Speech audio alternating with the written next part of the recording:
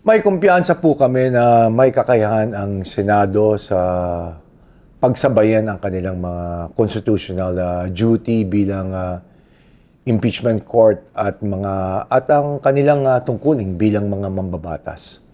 Handa po ang Kongresos na makipagtulungan sa Senado sa pamumuno ni Senate President Sherwin Gatchalian na pagtibayin at pagandahin pa ang mga natitirang panukala through the bicameral conference committees at technical working groups na nang sa gayon ay makagawa tayo ng mga batas na napapanahon at tutugon sa pangangailangan ng ating mga kababayan. Inaasahang po nating magkakaisa ang dalawang kapulungan upang manatili po ang momentum ng ating legislative agenda. Sa dulo ng lahat ng ito, hindi naman ito tungkol sa Kamara o Senado.